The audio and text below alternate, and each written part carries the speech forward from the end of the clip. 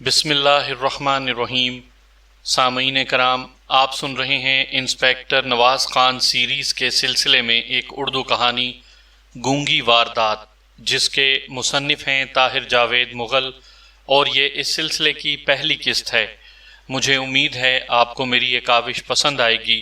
آپ نے اگر ابھی تک میرا چینل کہانی گھر سبسکرائب نہیں کیا تو ابھی میرے چینل کو سبسکرائب کر کے بیل نوٹیفیکیشن آن کر لیجئے تاکہ آنے والی ہر نئی کہانی کی اطلاع بر وقت آپ تک پہنچ سکے۔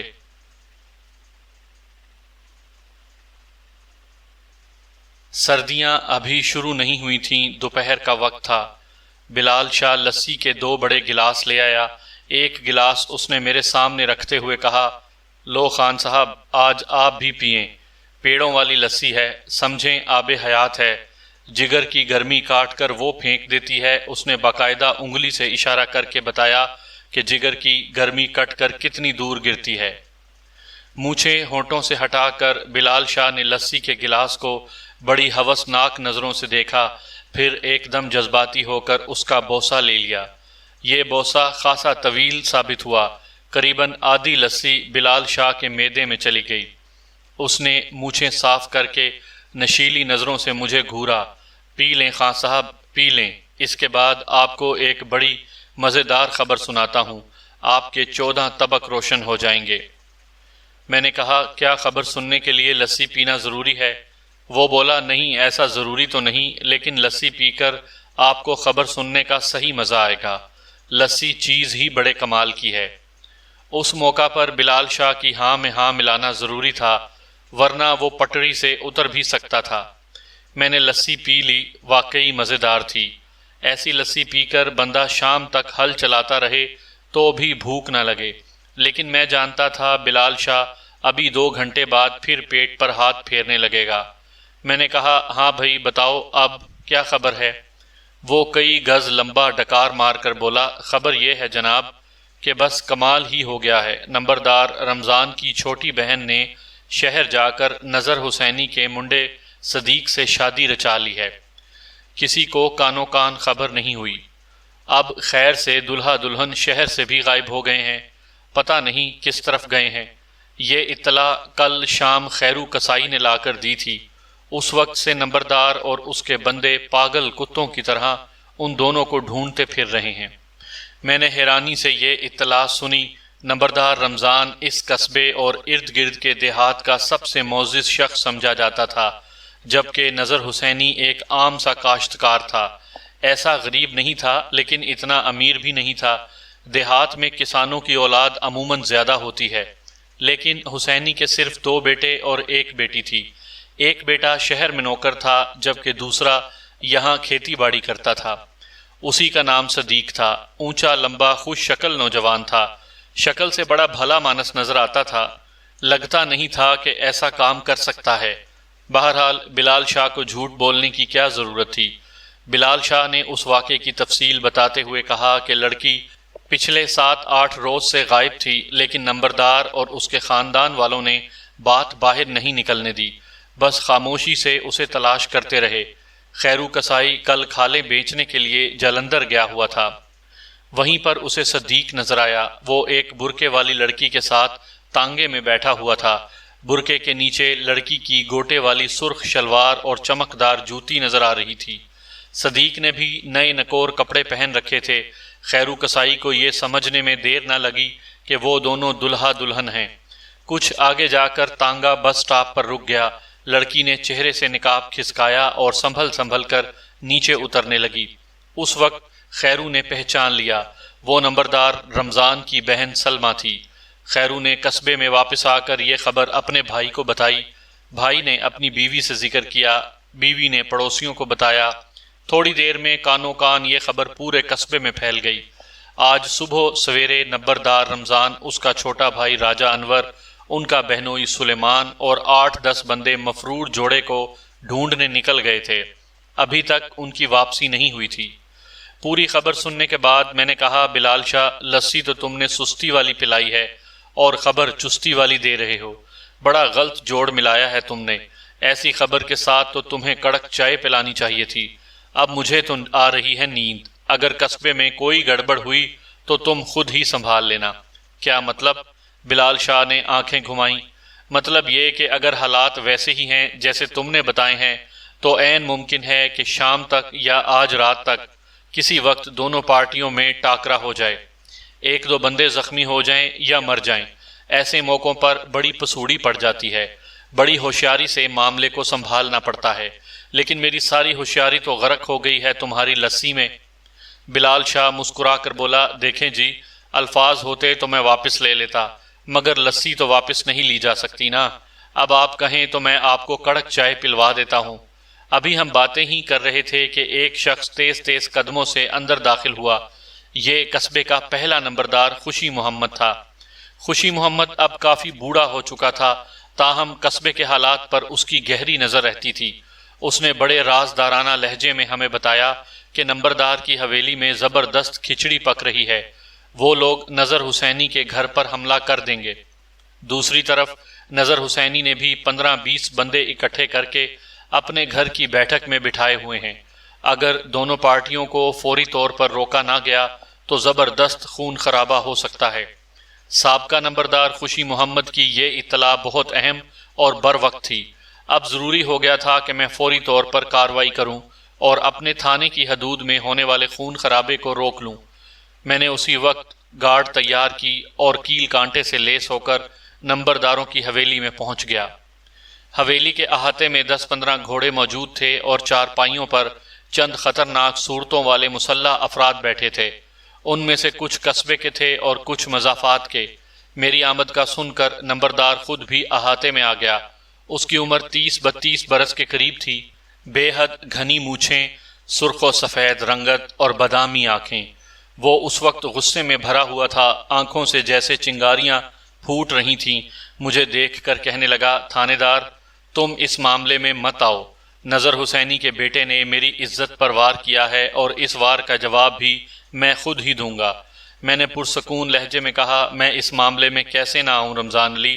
یہ میرا تھانہ ہے، یہاں ہونے والے ہر غیر قانونی کام کی ذمہ داری مجھ پر آتی ہے۔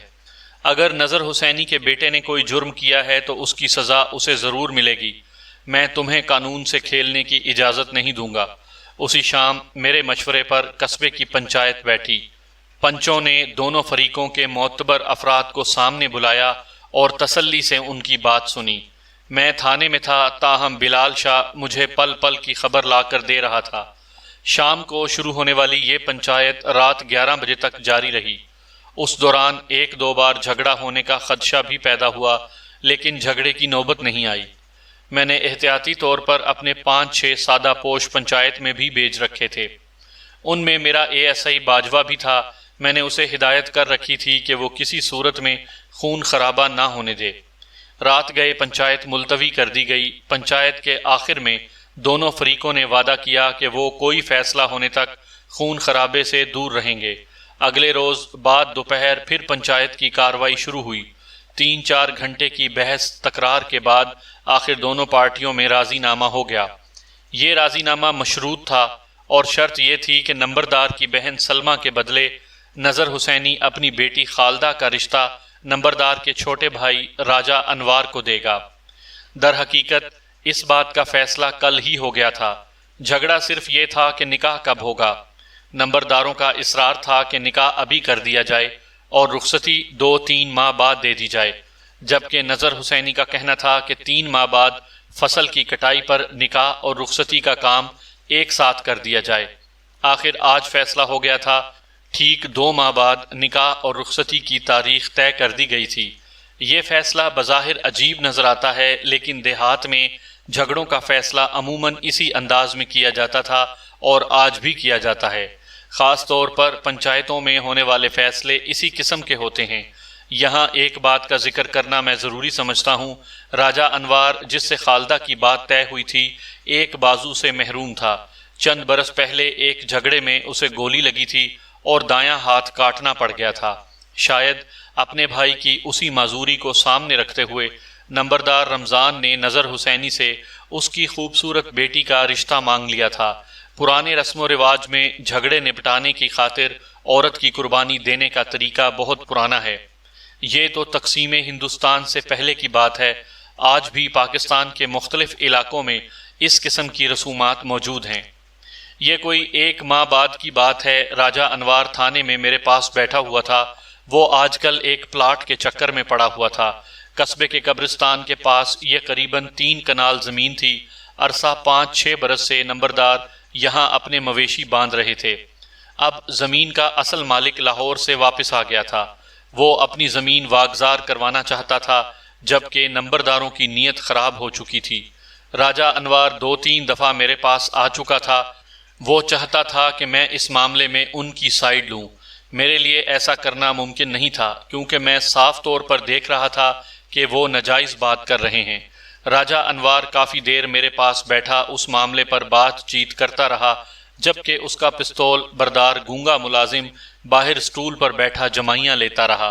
راجہ انوار اپنے بڑے بھائی نمبردار رمضان سے قریباً 6 برس چھوٹا تھا، لیکن چہرے پر پختگی تھی اور دنیا داری کی سوجھ بوجھ میں اپنے بھائی سے کسی طرح بھی کم نہیں تھا۔ بڑے بھائی کی طرح اس کا رنگ بھی سرخ و سفید تھا، لیکن وہ خوبصورت نہیں تھا۔ رہی سہی کسر اس کے جسمانی عیبوں نے پوری کر دی تھی۔ نہ صرف ایک بازو کٹا ہوا تھا، بلکہ چہرے پر بھی کلہاڑی یا کسی تیز دھار آلے کا گہرا زخم موجود تھا۔ صاف اندازہ ہوتا تھا کہ نظر حسینی نے مجبوری کے سبب اسے اپنی بیٹی کا رشتہ دیا ہے، ورنہ وہ کسی طرح اس لڑکی کے قابل نہیں تھا۔ میں نے باتوں باتوں میں راجہ انوار سے پوچھا، ہاں بھائی، کب چاول کھلا رہے ہو شادی کے؟ وہ عجیب سے لہجے میں بولا، چاول تو نہیں پکیں گے جی، لیکن آپ کو ضرور کھلا دیں گے۔ میں نے پوچھا، کیا مطلب ہے، چاول کیوں نہیں پکیں گے؟ اس کے چہرے پر ایک دم گہری سنجیدگی طاری ہو گئی۔ زہریلے لہجے میں بولا، یہ شادی ویسے ہی ہوگی جی جیسے ہماری بہن کی ہوئی تھی۔ اس وقت کون سے چاول پکے تھے اور باجے بجے تھے؟ میں بھی نظر حسینی کی بیٹی کو اسی طرح لے کے آؤں گا۔ 4 بندے جائیں گے اور نکاح کر کے اسے ساتھ لے آئیں گے۔ راجہ انوار کی چھوٹی چھوٹی آنکھوں میں کینے کی چمک تھی۔ یوں لگ رہا تھا وہ اپنی شادی کی بات نہیں کر رہا، کسی دشمن سے بدلہ لینے کی بات کر رہا ہے۔ کتنے دکھ کی بات تھی، ایک بیٹی اپنے بابل کے گھر میں 16 برس دلہن بننے کے خواب دیکھتی رہی تھی۔ پھولوں کی مہکتی سیج پر اپنے دلہا کی محبت بھری مسکراہٹ، جس کی آنکھوں کا سب سے حسین سپنا تھی، ایک ایسے شخص کے سپرد کی جانے والی تھی جس سے اس کا محبت کا نہیں نفرت کا رشتہ تھا۔ راجہ انوار کی آواز نے مجھے میرے خیال سے چونکا دیا۔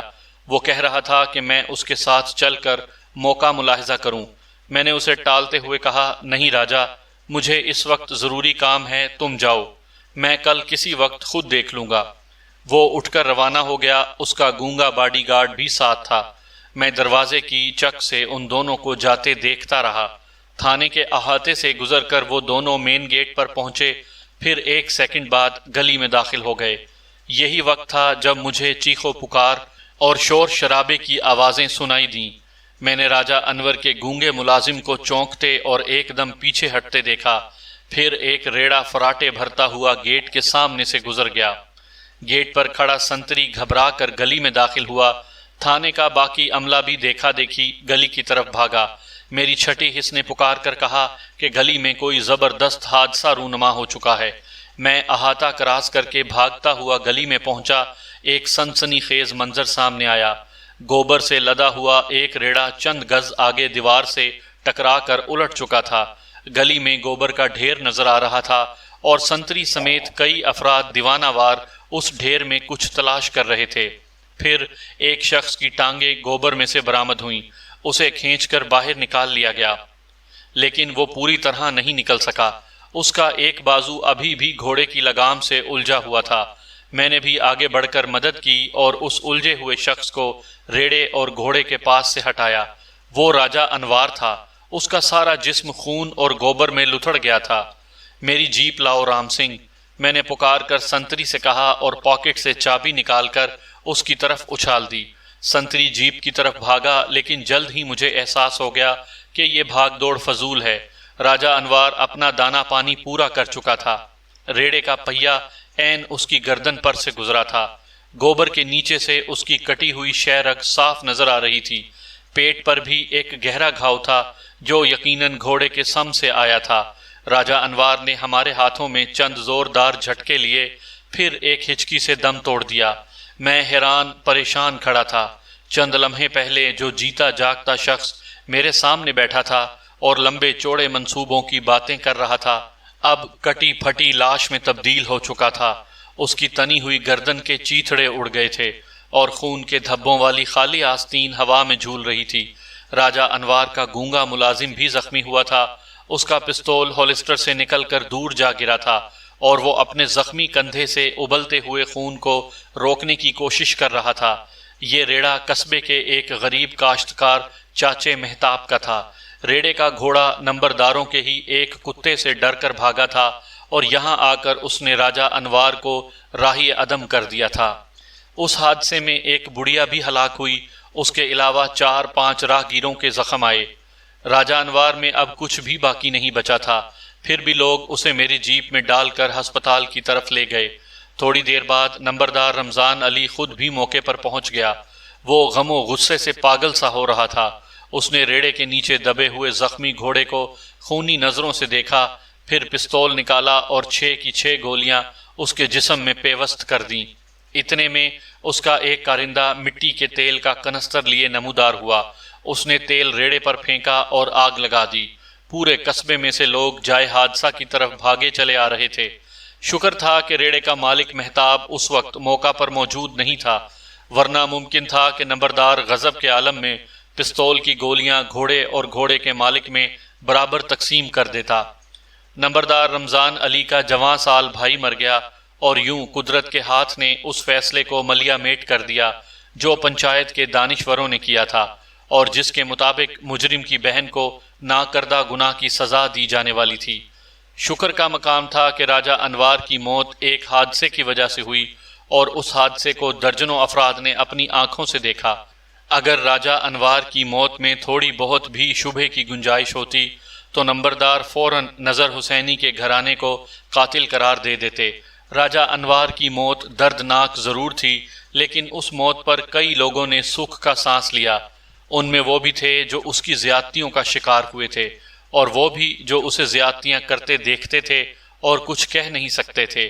بلال شاہ کی زبانی مجھے پتا چلا کہ قصبے کے بیشتر لوگ اس بات پر خوش ہیں کہ نظر حسینی کی معصوم بیٹی راجہ انوار جیسے بدقماش کے پلے بندنے سے بچ گئی۔ 2-2.5 ماہ کا عرصہ مزید گزر گیا۔ اب سخت سردیوں کے دن تھے۔ ایک روز شام کے وقت میں موزہ آبیال سے ایک واردات کا موقع دیکھ کر واپس آ رہا تھا۔ بلال شاہ اور ایک کانسٹیبل ریاض بھی میرے ساتھ تھے۔ ہم 2 گھوڑوں پر سوار تھے، ایک پر میں تھا اور دوسرے پر بلال شاہ اور ریاض۔ ابھی ہم قصبے سے 3-4 فرلانگ دور ہی تھے کہ دور چری کے کھیتوں میں بھاگ دوڑ کے آثار نظر آئے۔ کچھ دیہاتی لاٹھیاں لیے تیزی سے ہماری طرف آ رہے تھے۔ اسی دوران قریبی جھاڑیوں میں گھوڑے کی ٹاپیں گونجیں۔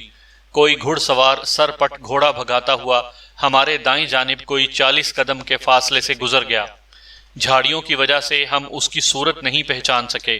پھر کچے راستے پر ایک سر پٹ بھاگتا ہوا ریڑا نظر آیا۔ ریڑا بان لگامے تھامے ریڑے پر کھڑا تھا اور اس کی نیلی دھوتی ہوا میں پھڑ پھڑا رہی تھی۔ ریڑے پر 2 اور افراد بھی موجود تھے۔ پیدل لوگ ریڑے سے کافی پیچھے تھے۔ جوں ہی ریڑا نزدیک پہنچا، ریڑا بان نے مجھے دیکھ لیا۔ وہ گاؤں ہی کا ایک نوجوان صادق تھا۔ اس نے باگیں کھینچ کر ریڑا ہمارے نزدیک روک لیا اور ہانپتے ہوئے لہجے میں بولا، تھانے دار جی، وہ نمبرداروں کا گونگا ملازم گنگو نظر حسینی کی دھی خالدہ کو اٹھا کر لے گیا ہے۔ جلدی کریں جی، اس کا پیچھا کریں، اس کے پاس مشکی گھوڑی ہے، دیر ہو گئی تو بڑی دور نکل جائے گا۔ صادق کی بات پر یقین نہ کرنے کی کوئی وجہ نہیں تھی۔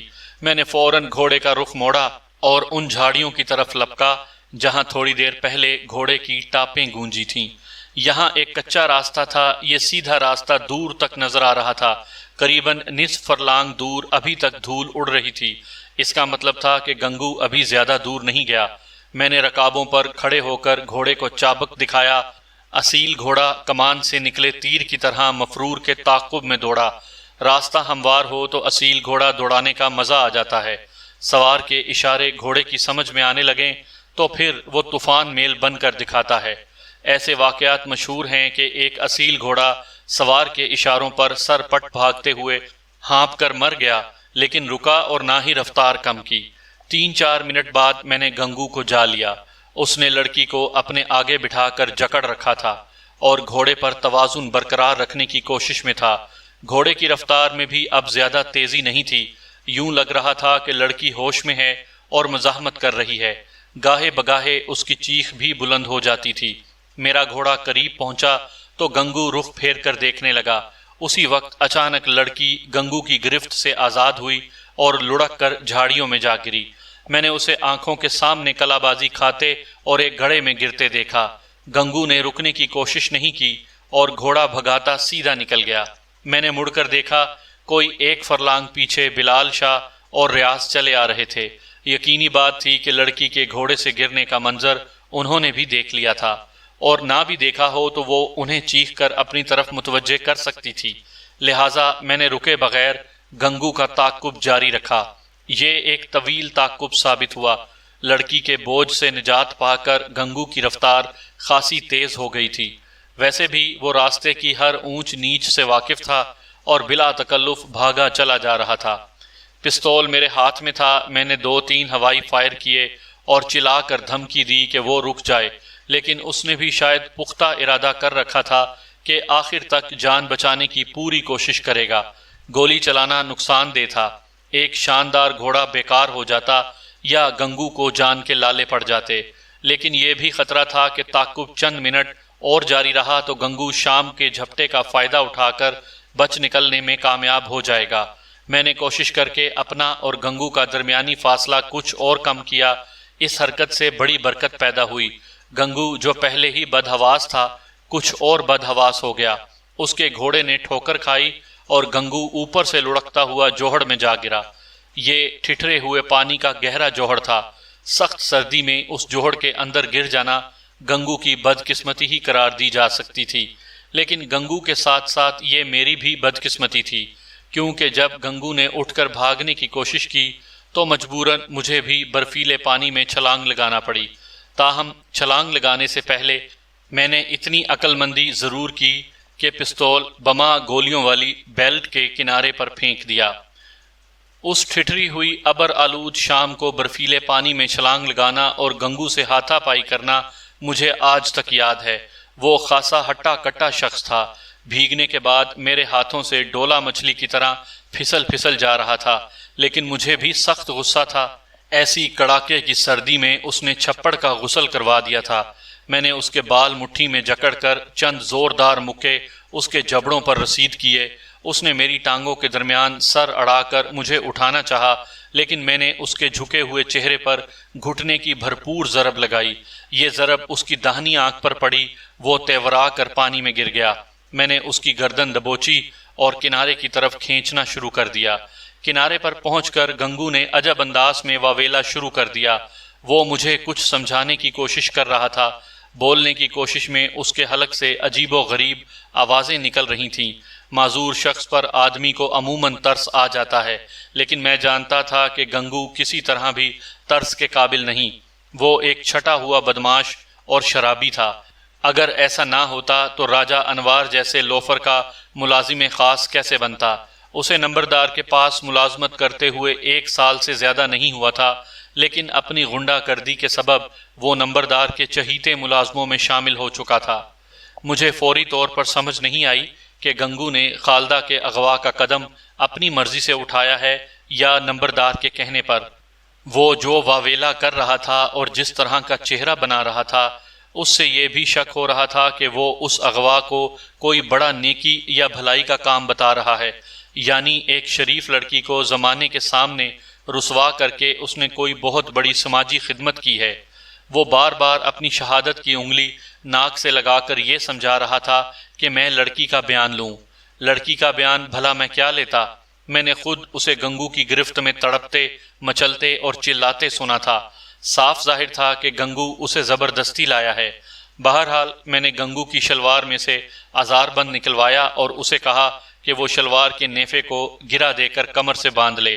آزار بند سے میں نے گنگو کے ہاتھ پشت پر باندھے اور اسے گھوڑے پر بٹھا دیا۔ گھوڑے کی لگام میں نے اپنے گھوڑے کی زین سے باندھ لی۔ یوں گنگو کی سواری باد بہاری میرے پیچھے واپس قصبے کی طرف روانہ ہوئی۔ گنگو مسلسل واویلا کر رہا تھا، اس کے ہاتھ بندھے ہوئے تھے، لہٰذا گھوڑے پر توازن برقرار رکھنا اس کے لیے خاصا دشوار ہو رہا تھا۔ کسی وقت جب گھوڑے آگے پیچھے بھاگنے لگتے تو گنگو اوندھے منہ گھوڑے کی پشت پر گر پڑتا اور دیر تک وہاں پڑا رہتا۔ قصبے کو جانے والے راستے پر ہم قریباً 2 میل گئے تھے کہ تاریکی میں بہت سی روشنیاں نظر آئیں۔ جلد ہی میرا اندازہ درست ثابت ہو گیا، یہ قصبے ہی کے لوگ تھے۔ ان میں بلال شاہ اور کانسٹیبل ریاض بھی شامل تھے۔ وہ سب گھوڑوں پر سوار تھے، چند لالٹینیں بھی ان کے ساتھ تھیں۔ ہمارے بھیگے لباسوں میں سے ٹھنڈی ہوا چھریاں چلاتی گزر رہی تھیں۔ میں نے قمیض اور جرسی اتار کر پھینک دی اور ایک دیہاتی سے اس کا کمبل لے کر لپیٹ لیا۔ گنگو کے لیے بھی اس سے ملتا جلتا انتظام کر دیا گیا۔ بلال شاہ نے مجھے بتایا کہ انہوں نے لڑکی کو جھاڑیوں میں سے اٹھا لیا تھا۔ وہ نیم بے ہوش ہو چکی تھی، تاہم جلد ہی وہ ٹھیک ہو گئی۔ اسے چند افراد کے ساتھ واپس قصبے بھیج دیا گیا تھا۔ راستے میں دوسرے لوگ بھی مجھ سے باتیں کرتے رہے۔ انہوں نے بتایا کہ گنگو نے خالدہ کو کنویں سے اٹھایا تھا، وہ وہاں پانی بھرنے کے لیے آئی تھی۔ گنگو پاس ہی مکئی کے کھیت میں چھپا ہوا تھا۔ اچانک وہ کھیت سے نکلا اور خالدہ کو دبوچ کر گھوڑے پر بٹھا لیا۔ اتفاقاً کھیت میں کام کرتی ہوئی 2 عورتوں نے یہ منظر دیکھ لیا اور شور مچا دیا۔ نتیجے میں دار گنگو کے پیچھے لگ گئی۔ سب لوگ گنگو کو صلواتیں سنا رہے تھے اور کچھ دبے لفظوں میں نمبرداروں پر بھی شک کر رہے تھے، یعنی ان کا خیال تھا کہ اس واردات میں نمبرداروں کا ہاتھ ہے۔ ہم 9 بجے کے قریب واپس تھانے پہنچے۔ نظر حسینی، اس کی بیوی اور بیٹی خالدہ تھانے ہی میں موجود تھے۔ خالدہ کی عمر 18-19 برس کے قریب تھی۔ اس نے سر پر ٹاسے کی چادر ڈال رکھی تھی۔ میں نے چادر کے پیچھے سے اس کی صرف ایک جھلک دیکھی۔ وہ بڑی بڑی معصوم آنکھوں والی ایک خوش شکل لڑکی تھی۔ اس کے چہرے پر خراشیں نظر آ رہی تھیں اور رخساروں پر لگاتار آنسو بہہ رہے تھے۔ خالدہ کی ماں بھی مسلسل رو رہی تھی۔ اس نے روتے روتے کہا، تھانے دار صاحب، ہم برباد ہو گئے، کسی کو منہ دکھانے کے لائق نہیں رہے۔ اس گونگے نے ہماری عزت مٹی میں رول دی۔ یہ کہتے کہتے بڑھیا جذباتی ہو گئی۔ اس نے اٹھ کر گنگو پر جھپٹنا چاہا، لیکن ایک کانسٹیبل نے اسے کاندھوں سے تھام کر پھر کرسی پر بٹھا دیا۔ وہ گنگو کو دنیا جہان کی بد دعائیں دینے لگی۔ مجھے یہ جان کر حیرت ہوئی کہ خالدہ کے وارثوں میں سے کسی نے بھی نمبرداروں کو الزام دینے کی کوشش نہیں کی۔ اس کا مطلب تھا انہیں نمبرداروں پر کوئی شک نہیں اور وہ اس واردات کو گنگو کا ذاتی فعل سمجھ رہے ہیں۔ میں نے خالدہ کے والدین سے چند ضروری سوالات پوچھے۔ میرا مقصد یہ جاننا تھا کہ اس سے پہلے بھی انہیں گنگو سے کوئی شکایت پیدا ہوئی یا نہیں۔ خالدہ کے والد نظر حسینی نے کہا، تھانے دار جی، پچھلے ہفتے کی بات ہے، رات کسی وقت گنگو نے ہمارا دروازہ کھٹکھٹایا۔ میں نے دروازہ کھول کر پوچھا کہ کیا بات ہے اور وہ اس وقت یہاں کیوں آیا ہے۔ گنگو کے منہ سے شراب کی بو آ رہی تھی۔ اس نے حلق سے غوں غاں کی آوازیں نکالیں اور پھر مجھے دھکیل کر اندر داخل ہونے کی کوشش کی۔ میں نے اسے اندر نہیں گھسنے دیا۔ اتنے میں گلی کی طرف سے چوکیدار کی آواز آئی۔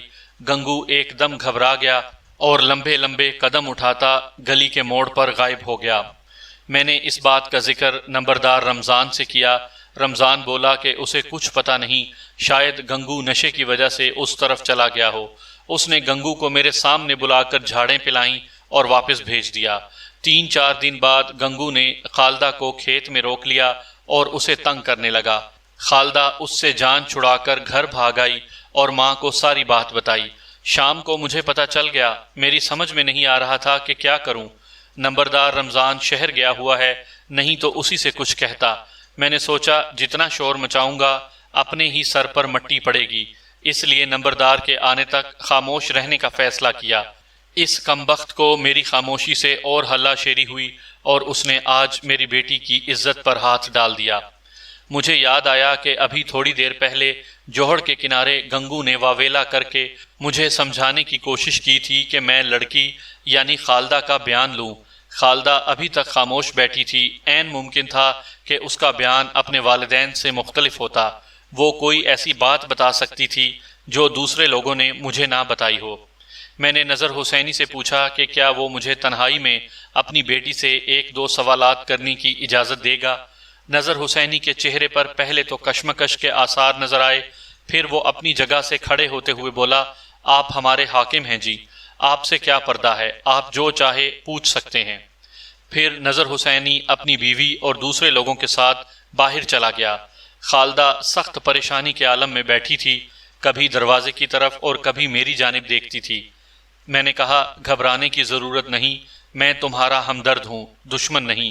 تم بالغ اور سمجھدار ہو، اپنا اچھا برا سمجھتی ہو، اگر تم کوئی بیان دینا چاہتی ہو تو بلا جھجک دے سکتی ہو۔ خالدہ نے اپنی لمبی پلکیں اٹھا کر میری طرف دیکھا، ان جھیل سی گہری آنکھوں کی تہہ تک پہنچنا ناممکن تھا۔ وہ ٹھہرے ہوئے لہجے میں بولی، میں نے کچھ نہیں کہنا تھانے دار صاحب، جو بھی بات تھی وہ میرے چاچے اور باپ نے آپ کو بتا دی ہے۔ وہ لوفر ایک رات ہمارے گھر پر آیا تھا، پھر اس نے مجھے کھیت میں روک کر چھیڑ خانی کی کوشش کی اور آج شام مجھے کنویں سے زبردستی گھوڑے پر بٹھا کر لے گیا۔